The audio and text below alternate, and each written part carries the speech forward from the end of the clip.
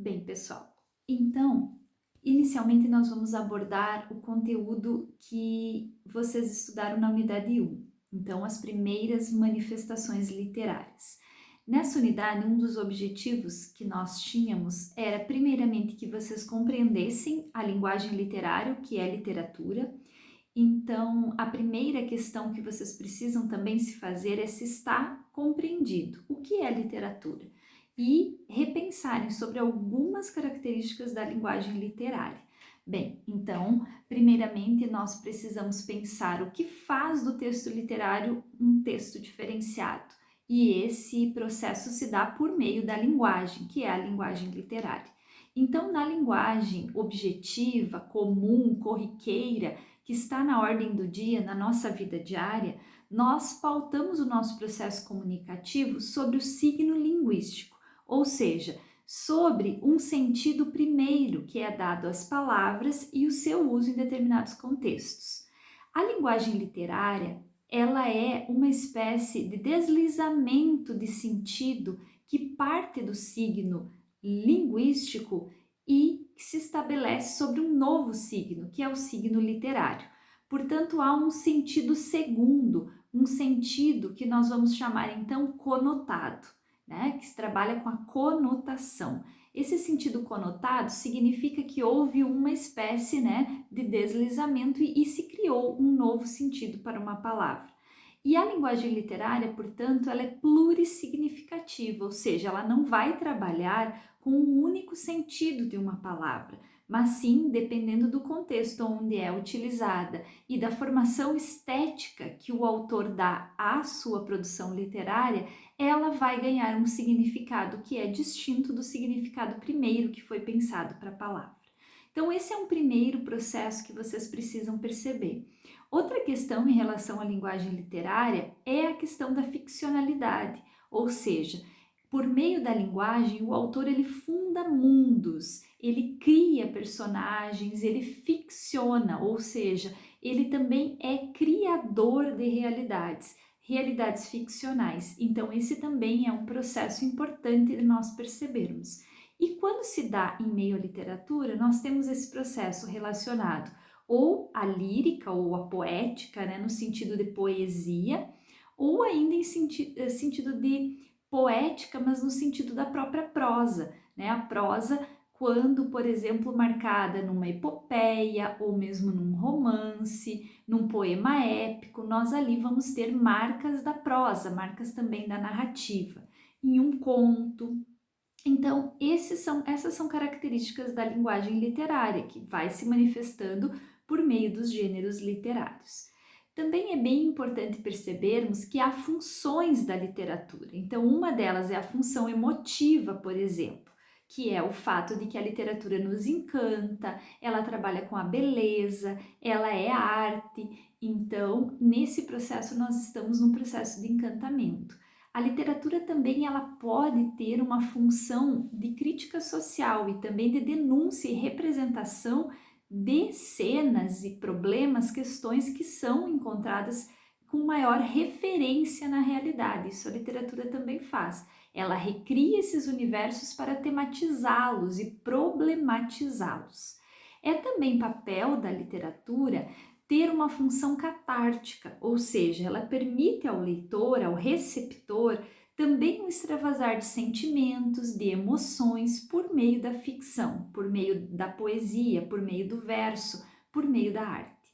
Então, essas são questões bem importantes em relação à linguagem literária que agora vocês precisam sentir ao final desse processo.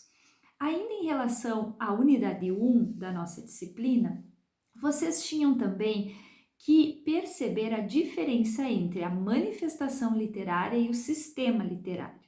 Então é preciso ter muito claro que manifestação literária são todas as produções artístico-culturais que nós conhecemos no âmbito da literatura que antecedem a consolidação de um sistema. É esta percepção teórico-crítica de sistema literário e manifestação literária nos é trazida pelo crítico literário, estudioso e professor Antônio Cândido. O Antônio Cândido ele estabelece então que até o romantismo, de fato, o que nós temos é um processo de formação da literatura brasileira, que se consolida e é tida como literatura propriamente dita no romantismo e do romantismo em diante. Por que isso? Porque, segundo Antônio Cândido, para que nós tenhamos literatura propriamente dita, nós precisamos ter três elementos: o autor consciente da sua produção literária, ou seja, ele produz literatura tendo consciência de que está fazendo isso. Nós precisamos ter a obra literária produzida com valoração estética, com um intuito estético de ser literatura, e também o público leitor.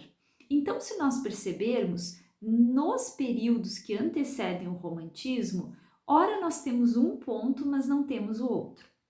Então, vamos perceber, quando nós estamos diante dos primeiros descobrimentos, a carta de Pero Vaz de Caminha, por exemplo, que nós tratamos na unidade 1, a carta de Pero Vaz de Caminha, ela não é literatura propriamente dita. Primeiro, porque ela é um relato de viagem, ela entra dentro de uma literatura de viagem. Segundo, porque ela não é escrita por um autor que escreve de forma explícita e consciente literatura, mas sim o Caminha como aquele escrivão, né, de uma literatura de viagem, então ele cumpre com outro papel. O que faz com que a carta seja estudada na literatura? A carta de Pero Vaz, ela tem duas funções. Primeiro, que ela tem traços estéticos bem elaborados que fazem com que ela tenha aí toda uma ficcionalização em torno do descobrimento que está muito além do relato unicamente. E o outro processo é o fato de que a carta traz elementos ideológicos muito importantes acerca do Brasil e que depois serão retomados pelo movimento nacionalista no romantismo e também serão retomados mais tarde no próprio modernismo, quando esta carta é atualizada. Que elementos são esses? Por exemplo, a exuberante paisagem brasileira, a exaltação da natureza e das belezas naturais do país e também o índio como um bom selvagem, aquele índio que acolhe, um índio pacífico. Isso vai sendo explorado ao longo do imaginário de nacionalidade ao longo de muitos anos e até os dias de hoje essa imagem do índio brasileiro, do índio bondoso e da natureza exuberante permanece. Então essas são as principais contribuições da carta de Pero Vaz de Caminha e só para finalizar e registrar, a carta de Pero Vaz deve ser levada para a aula de literatura de forma crítica. Ou seja, eu não posso reafirmar o processo colonizador, mas eu preciso mostrar para o meu aluno que nós temos aí um processo de silenciamento acerca da voz do índio e o olhar do aborígene, do selvagem, como eles diziam, né? A própria expressão de tratar o índio como selvagem ou não civilizado é uma expressão que vem a partir do olhar do colonizador e não do índio propriamente dito. Então, fica essa dica para que vocês busquem também estudar mais sobre essa questão, mas a carta de Pero Vaz traz traços muito fortes do processo colonizatório e ele traz, na verdade, uma visão eurocêntrica, uma visão unicamente daquele que tinha voz e que poderia, de fato, fazer o registro do acontecimento. Mas nós não sabemos exatamente como se deu o acontecimento propriamente dito.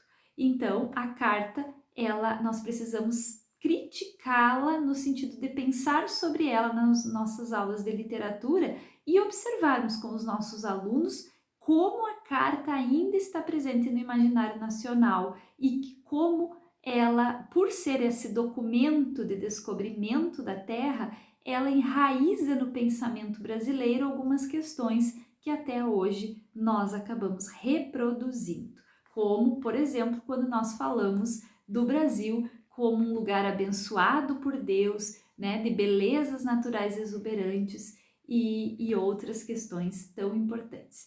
Então, isso está na unidade 1. É preciso que nós possamos perceber estas diferenças.